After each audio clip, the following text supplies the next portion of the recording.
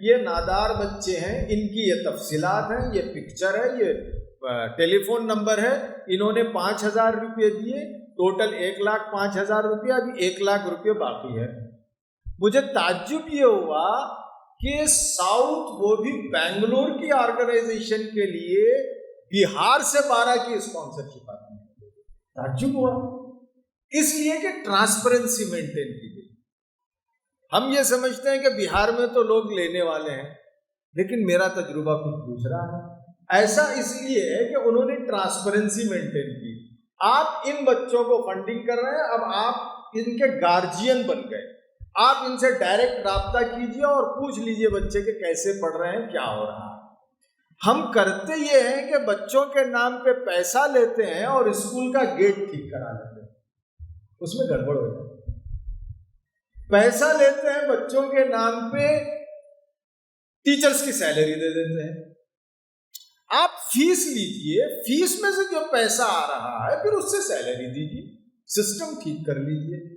تو یہ ٹرانسپیرنسی کے ساتھ بھی آپ جائیں گے امونگ فلانتھراپسٹ اور CSR تو بہت اچھا کام ہوگا۔ میرا وقت ختم ہو گیا، آخری بات کہتا ہوں۔ گورنمنٹ اسکیمز بہت ساری ہیں، اسٹیٹ گورنمنٹ کی ہیں، سینٹرل گورنمنٹ کی ہیں، اور اس کا آسان طریقہ یہ ہے کہ آپ ایک ویب سائٹ ہے گورنمنٹ کی NGOsDarpan.gov.in، کتنے لوگ جانتے ہیں درپن ویب سائٹ کو؟ چلیے ماشاءاللہ 10% تو کہہ سکتے ہیں۔ تو یہ درپن سنگل ونڈو سسٹم ہے، مختلف ڈپارٹمنٹ کے اسکیمز وہاں پر ہیں۔ آپ کو اپنے ڈاکومنٹ صحیح کر کے اپلائی کرنا ہے۔ اپلائی کرنے سے پہلے ہم یہ پرسیو کر لیتے ہیں کہ صاحب گورنمنٹ پیسہ دیتی ہے، ہم کو نہیں دیتی۔ ظاہری بات ہے وہاں کچھ ڈیفیکلٹیز ہیں، وہاں کافی کٹ والا معاملہ چلتا ہے، آپ کو 20% 30% دینا پڑتا ہے۔ اگر آپ دے سکتے ہیں تو وہ آپ الگ فیصلہ کر لیجئے، لیکن ایسے اسکیمز بہت ہیں۔ پھر ہم اسکیم تلاش کرتے ہیں صرف مائنورٹی افیئر ڈپارٹمنٹ میں۔ مائنورٹی افیئر ڈپارٹمنٹ کے اسکیم بہت کم ہے، اس کے علاوہ بہت سارے اسکیمز ہوتی ہیں، چائلڈ ویلفیئر ڈپارٹمنٹ میں ہوتی ہیں، ایجوکیشن ڈپارٹمنٹ میں ہوتی ہیں، اور ایسے بہت سارے ڈپارٹمنٹ ہیں، درپن میں آپ کو مل جائیں گے۔ اوکے، درپن میں خود آپ کے بلڈنگ کنسٹرکشن کے ہیں، مولانا آزاد فاؤنڈیشن کے اسکالرشپ والی اسکیم ہے، پھر اس کے ساتھ وہ کوچنگ والی اسکیم ہے۔ تو ایسے بے شمار اسکیمز ہیں، وہاں آپ اپلائی کریں، کمپیٹ کریں۔ یہ سیکٹر ایسا ہے فنڈ ریزنگ کا کہ آپ آج اگر بیج ڈالیں گے تو کم سے کم 2-3 سال کے بعد اس کے پھل آئیں گے۔ ہم چاہتے ہیں کہ بہت وہ کیا کہتے ہیں، ہم جلدی فصل دینے والی جو پودے ہوتے ہیں، چنا ڈال دیں 3 مہینے میں چنے کی فصل آ جائے گی، وہ نہیں ہے۔ تو یہ چند باتیں تھیں اس سلسلے کی، اور بھی باتیں ہیں یا تو آپ ہم سے رابطہ رکھیں، انشاءاللہ ہم چیئرمین صاحب سے مرکزی تعلیمی بورڈ یہ کہیں گے، ان کے ذہن میں بھی ہے کہ کوئی ایسا ڈیسک مرکز میں قائم ہو جو پورے ان کاموں کو ٹیک کیئر کرے اور آپ کو کنسلٹنسی دے۔ بہت بہت شکریہ۔